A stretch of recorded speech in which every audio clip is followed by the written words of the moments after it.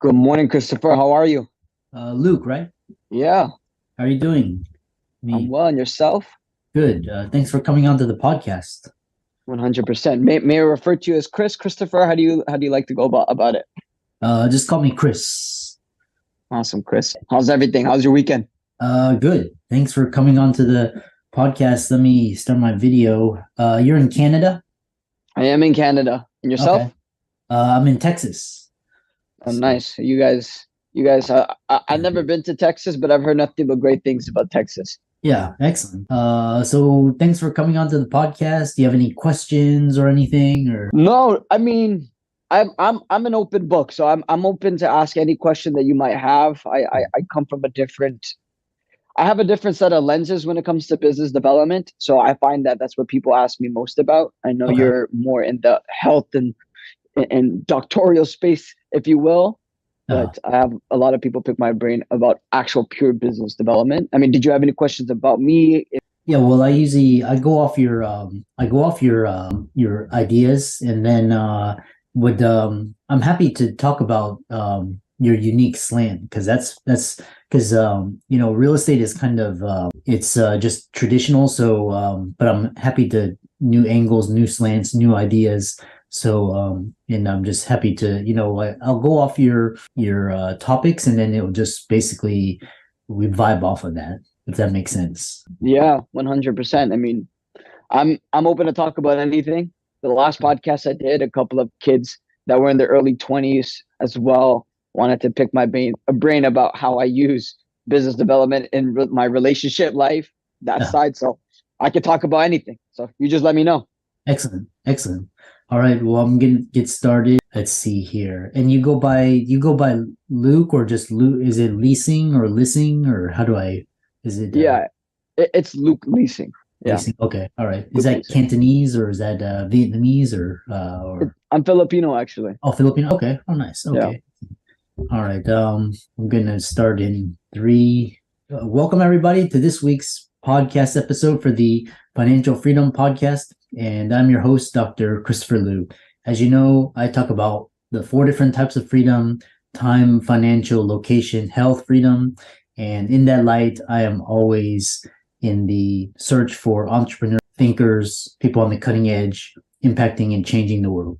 So today we have a guest from based out of Canada, Luc Lising, and he's actually been the top 1% of all realtors nationally, and he's dubs himself as the a problem solver, and it's going to be a fantastic conversation. He has a unique angle and slant on business development applied to business, career, relationships, finances, and so I'm happy to have him on the show. So, Luke, welcome. Thank you so much for having me, Chris.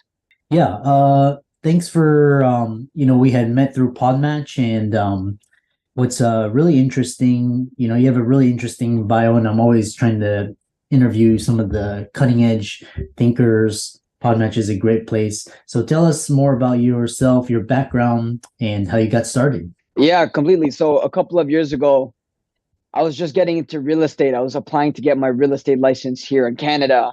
And after I got licensed, I was 19 at the time when I first started. For the first 6 months, I couldn't put together a single deal. And long story short, I've networked my way into meeting one of the top real estate brokers across all of Canada. It's not like a saying, like by the actual numbers. I believe at the time he was number one in units sold and number two in commissions collected. So he was at the top of our business in Canada.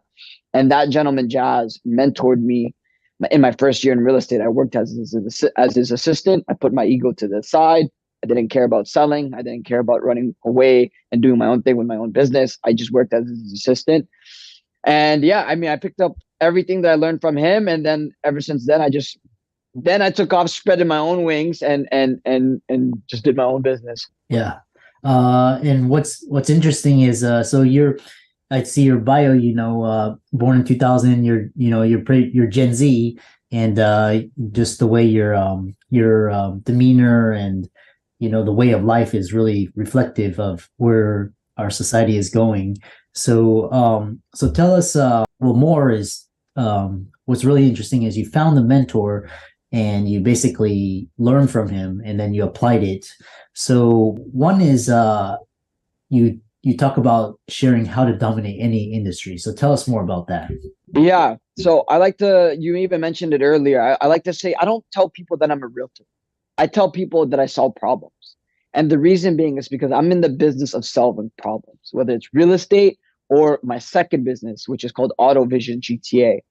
And that to me, Auto Vision GTA was kind of like a test subject. I was always very good at selling real estate. I knew how to build relationships. I knew how to get deals done. I knew how to convert cold leads into raving fans, is what I'd like to say. So then I thought, okay, I dubbed myself as a problem solver. Can I really prove that in a business sense? So I started a totally different business, not related to real estate whatsoever. I used real estate, zero real estate contacts.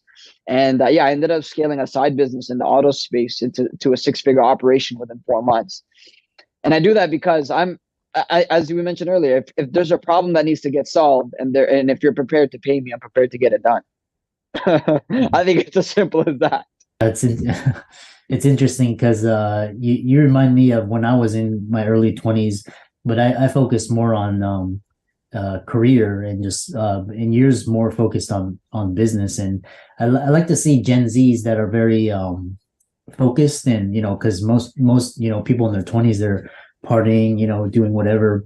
And so it's great to see focus and drive and coming onto podcasts and sharing your knowledge and wisdom for what it's worth. And then the what one thing is interesting is so from a Gen Z perspective, what do you see as some of the top skills? So if I have my nephew's 8 years old and my niece is 3, if I were to tell them, Gen Z, what skills should you develop? The number one natural skill that all young people automatically have that you don't even need to develop is your energy.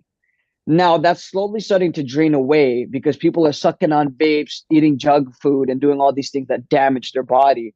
If you're destroying your body, it's going to be hard for you to stay motivated or disciplined to build a career, build a business, whatever it may be.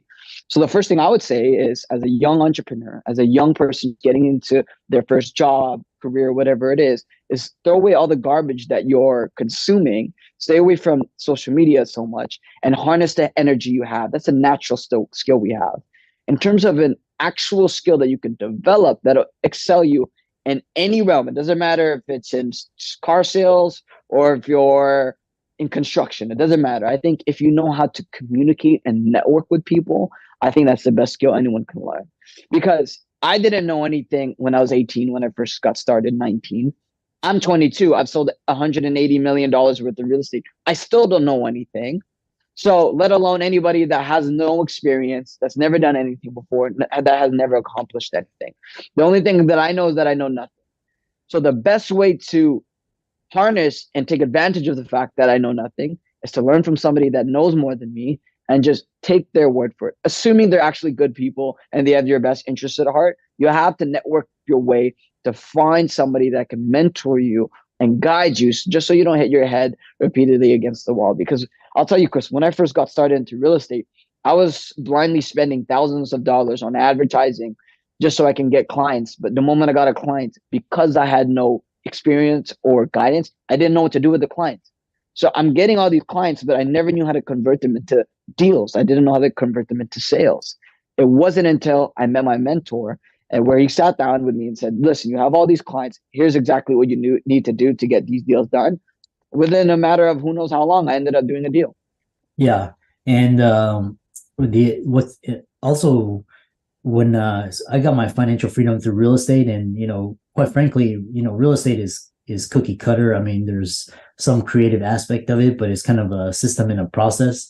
And then I took those skills and I applied it to speaking and helping clients and social media.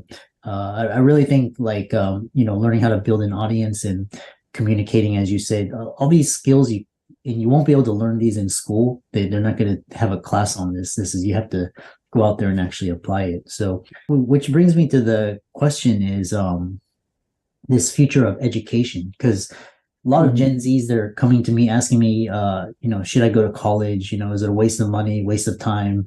I have a lot of ideas. They can't wait for you to finish, and you got to go into it. So what do you say for that?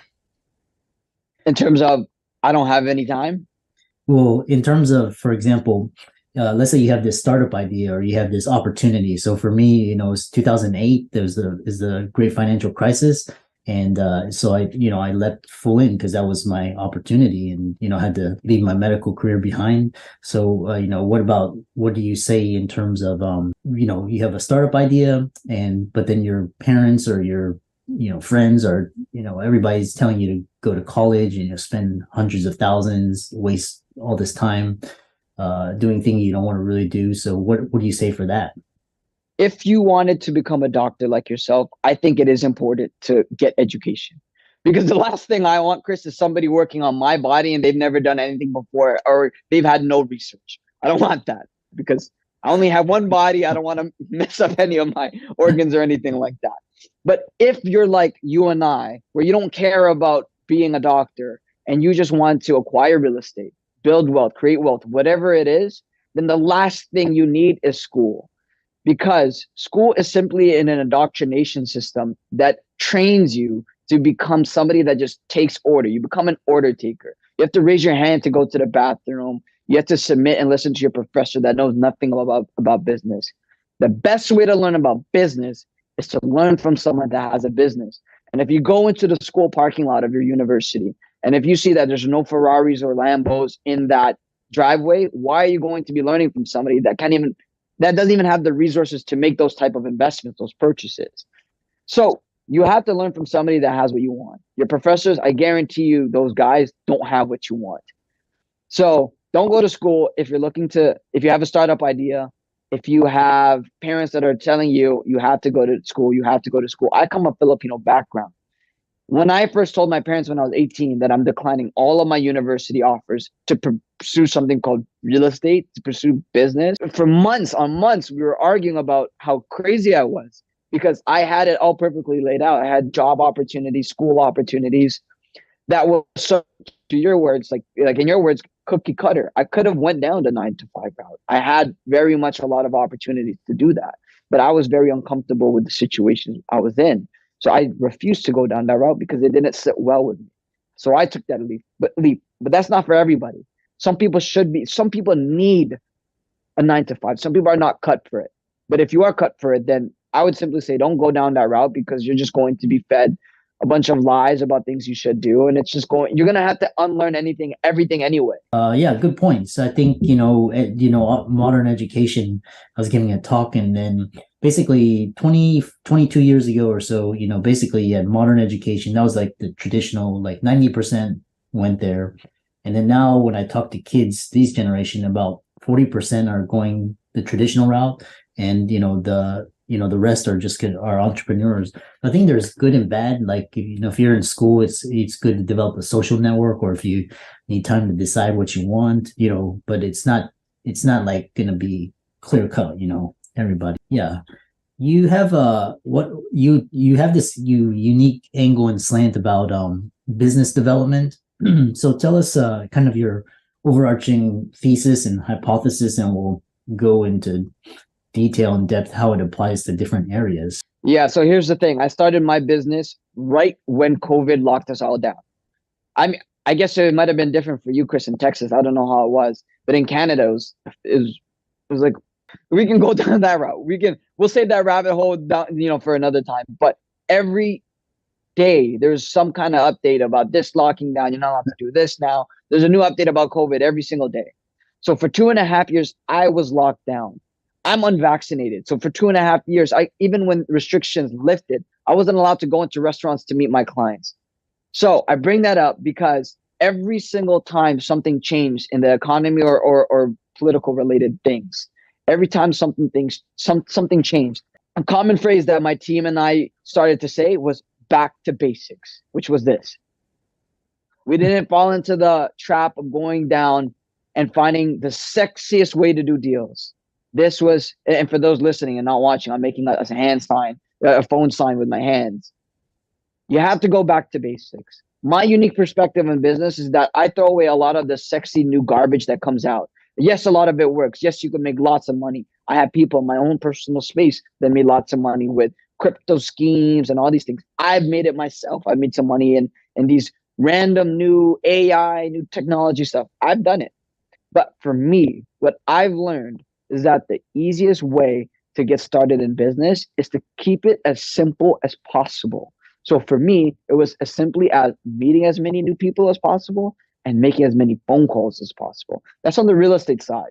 And then when I started AutoVision GTA, the reason why I was able to scale that business to a six-figure operation in 4 months is because I just simply use what I learned from real estate, which is networking, how to build relationships. So when you do it once, it gets easier and easier. When COVID hit, I basically made it a point to never have to get locked down again. And if I had to lock down, I could still run my business from anywhere. So, everything is like, for example, phone, Zoom, any good, Google Chat, digital, virtual. And it's been awesome. They can shut down the entire world. It won't affect anything anymore. So, that's the way the world is going. And if you're smart, you can hang on and leverage those trends. So yeah, and we're in a recession now, right? Like as much as people did not try to deny it, we're in a recession now. And guess what my team and I are saying now? Back to basics, which is this. We're just making phone calls to all of our clients saying, hey, listen, we're not here to sell you anything. You obviously have purchased with us before. I just wanted to know what your thoughts are in the real estate market in 2023. Some people are going to say, no, I don't plan on buying for another 5 years. But someone of the thousands of calls we're going to make, someone's going to say, I'm actually thinking of purchasing another investment property. That's what we're looking for. We're not looking for the next greatest thing, this chat GBT, that new AI stuff. That stuff is great. And we're going to incorporate that in our business, but we can never take our eyes off the basics, which is making phone calls and building relationships. That's all it comes down to in sales. It's hard for me to say that for people running tech startups, for example, because I don't know that business that well. But if you look at the way those guys raise capital, the principles are the same. They're building relationships. They're meeting as many new people as possible. They might not be making hard sales calls the way my team is, but the principles are still the same. You need to build those relationships. Yeah, building relationships. And then another thing is, especially one startup founder, he's my friend, he's saying, in recessions time, you want to get lean as possible. I think Brian Chesky said the same thing. You want to operate like a startup, get lean, just stay hungry, keep producing. And so really interesting. So you have a very, like I said, this is for the audience out there listening to Luc, this is how Gen Z is thinking. This is how Gen Alpha, which is the next generation, they're going to be the ones that are creating the new trends, culture, innovations, technology. So, so start to learn from younger individuals, get their creative energy, and you'll be that much better for it. Excellent conversation. How do the guests follow you, contact you, and get a hold of you? Yeah, the best way to learn from me is I don't actually, in fact, sell a course or any program, but on my website, luclising.com, that's spelled LUCLISING.com. There at the bottom of my page, I have a newsletter that you can sign up to. There I give free advice on all things business, politics, economics, whatever you want to talk about that's present. That's I should say, important in today's economy and market. I talk about that and give my advice on that. If you want to reach me directly, I'm most active on Instagram, which is at Luc Lising. Interesting. Yeah, interesting. And for all the listeners out there, be sure to follow Luc. He's on Twitter, TikTok, Instagram, but Instagram is his desired channel. And his website is luclising.com. Check it out. Sign up for his newsletter. And with that, excellent conversation, very passionate, smart, motivated individual, and be sure to follow him on all of his channels. So with that, thanks so much for coming onto the podcast. Thanks for having me.